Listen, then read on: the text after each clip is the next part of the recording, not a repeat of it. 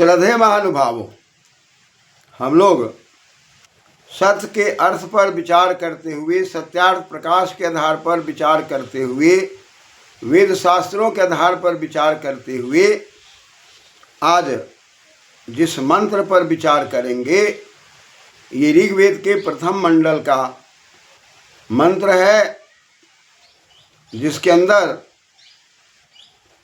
सूक्त 164 है और मंत्र 45 है।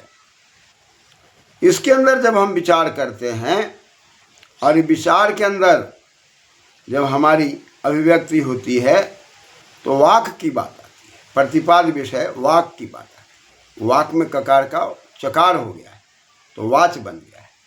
मंत्र इस प्रकार का है, चत्वारि वाक परिमिता पदानि तानि विदुर ब्राह्मणा ये मनीषिणः गुहात्रेणि निहितान्यंगन्ति तुर्यंग वाचो मनुष्या वदन्ति। हम सब मानव हैं, मनुर जाता वह तो सुख से सुख आगम होकर मनुष्य शब्द बन जाता है। अब मनन करना, चिंतन करना मनुष्य का काम है।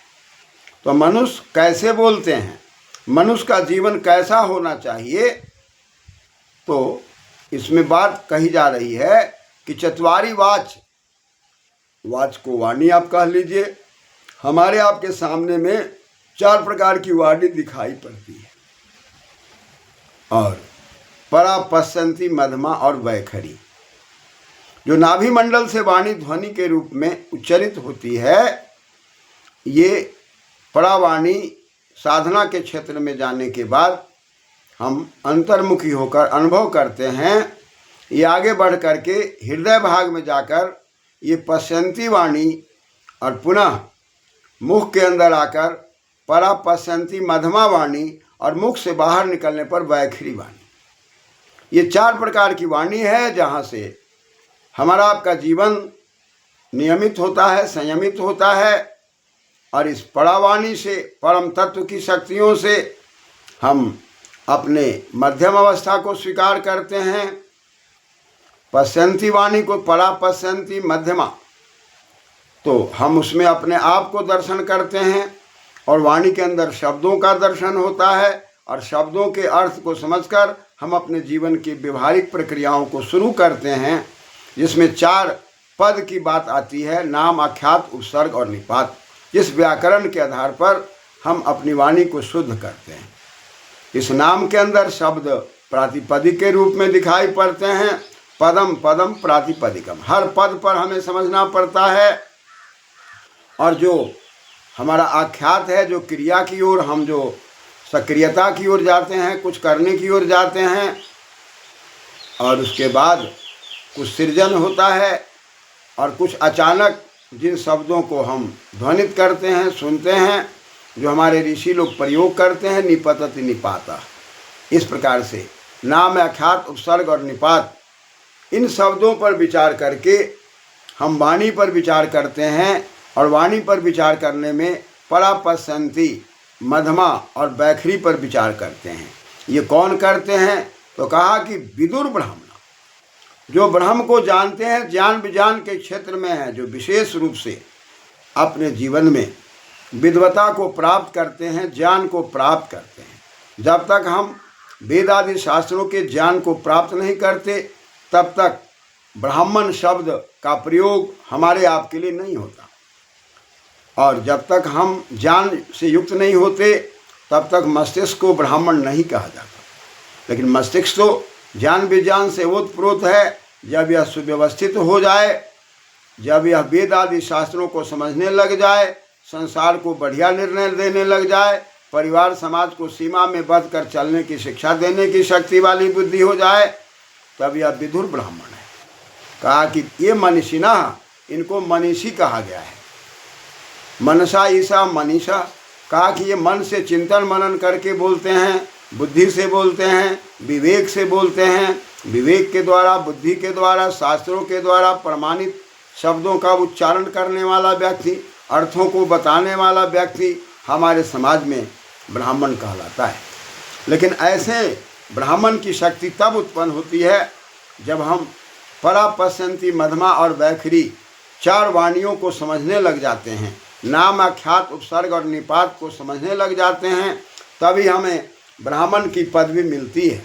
और यदि नाम, आख्यात, उपसर्ग और निपात को नहीं समझ पाते, परा, पश्यंती, मध्यमा और वैखरी को नहीं समझ पाते, तब हमें मनीषी नहीं कहा जा सकता, हमें बुद्धिजीवी नहीं कहा जा सकता, हमें विवेकी नहीं कहा जा सकता, क्योंकि मंत्रों के आधार पर विवेक जागृत करने के लिए हमें शब्दों को समझना पड़ता है, और शब्दों को समझने के लिए नाम में आख्यात, उपसर्ग और निपात, ये 4 प्रकार के पद को समझना पड़ता है। क्योंकि पद में पदगतौ धातु है, पद्यते पदा, जो हमारे जीवन में गति प्रदान करे, विवेक प्रदान करे, और ये तभी संभव है जब 4 प्रकार की वाणी को हम समझकर वैखरी वाणी के द्वारा एक दूसरे को हम समझाते हैं, विवेक बुद्धि से समाज को, परिवार को, देश को ले चलने का प्रयास करते हैं। कहा कि ये जो 4 वाणी है, इस 4 वाणी में गुहा त्रीणि निहिता, ये हृदय के अंदर, शरीर के अंदर, नाभि मंडल से लेकर और गर्दन के भाग तक ये 3 वाणी छुपी हुई है, परा, पश्यंती और मध्यमा। कहा कि न्यंगंती तुरीयम वाचो, और जो प्रकट होने वाली वाणी है वो केवल तुरीय वाणी है, केवल वैखरी वाणी है। मनुष्या वदंती, जिसको मनुष्य लोग बोलते हैं। अतः मनुष्य को बोलने के पहले परा पर ध्यान ले जाना पड़ता है, पश्यंती पर ध्यान ले जाना पड़ता है, और मध्यमा पर ध्यान ले जाना पड़ता है, और 3 वाणियों पर ध्यान ले जाने के लिए नाम, आख्यात, उपसर्ग और निपात पर विचार करना पड़ता है। यदि हम इस पर विचार नहीं करते, नमंती अर्थम प्रतीति नाम, जो अर्थ की ओर झुका रहता है उसको नाम कहते हैं। आख्यायते, आख्यात, कहा कि जो तिंग लगा हुआ शब्द है, जो धातु की प्रक्रिया में, वह आख्यात है।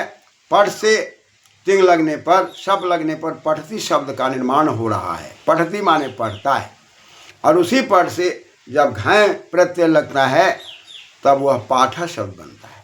पाठा पठती, अब पाठा पढ़ती, पाठ पढ़ता है। अब पाठा में यदि कर्म लगाते हैं तो पाठम हो जाता है, पाठम पठती, पाठम पठती। अब पाठ में नवुल प्रत्यय लगाते हैं तो पाठक बन जाता है, पाठका पाठम पठती। अब ये वाक् शुद्धता की ओर है।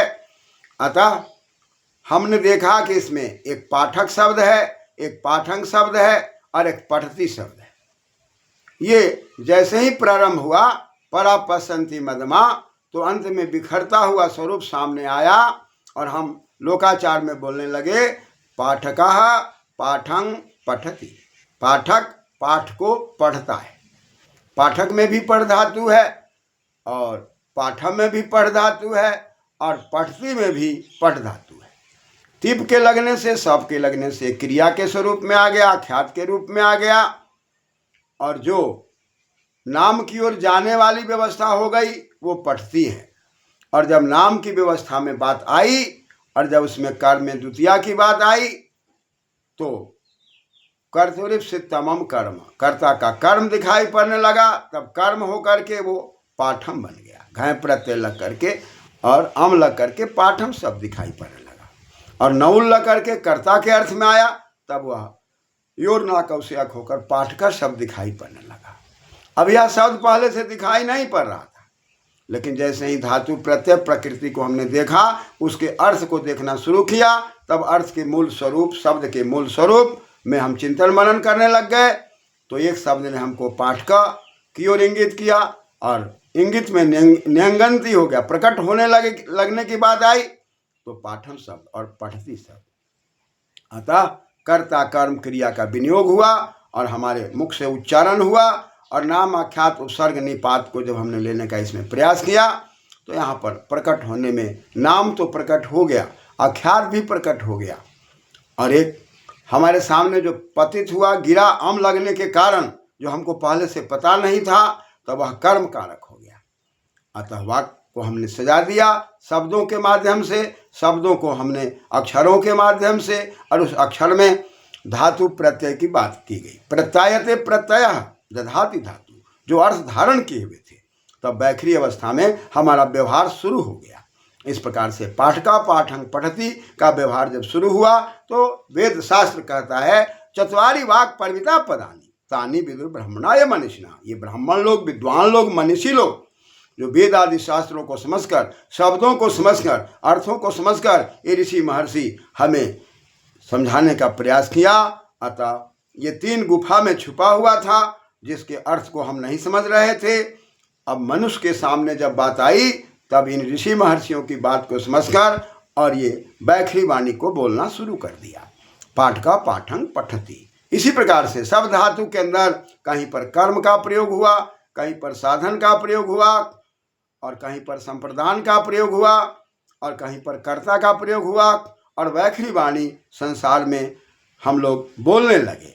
इस प्रकार से शब्दों पर चिंतन करके मनीषी लोग, विद्वान लोग किसी भी बात को कहने लगे। अब इस बात को यदि हम स्वीकार नहीं करते हैं तो हमारा समाज, हमारा परिवार, हमारा शासन न समझने के कारण वह सुशासन में नहीं जा सकता। इसलिए शब्द और अर्थ पर विचार करना, परापश्यन्ति पर विचार करना, मध्यमा पर विचार करना, वैखरी पर विचार करना, नामाख्यात उपसर्ग निपात पर विचार करना, पुनः प्रयोग करना, यही हमारे समाज की सबसे बड़ी उपलब्धि है जो मनुष्यों को ग्रहण करके अपने मानव समाज को विकसित करने में लगना चाहिए, लगाना चाहिए। क्रमशः। धन्यवाद।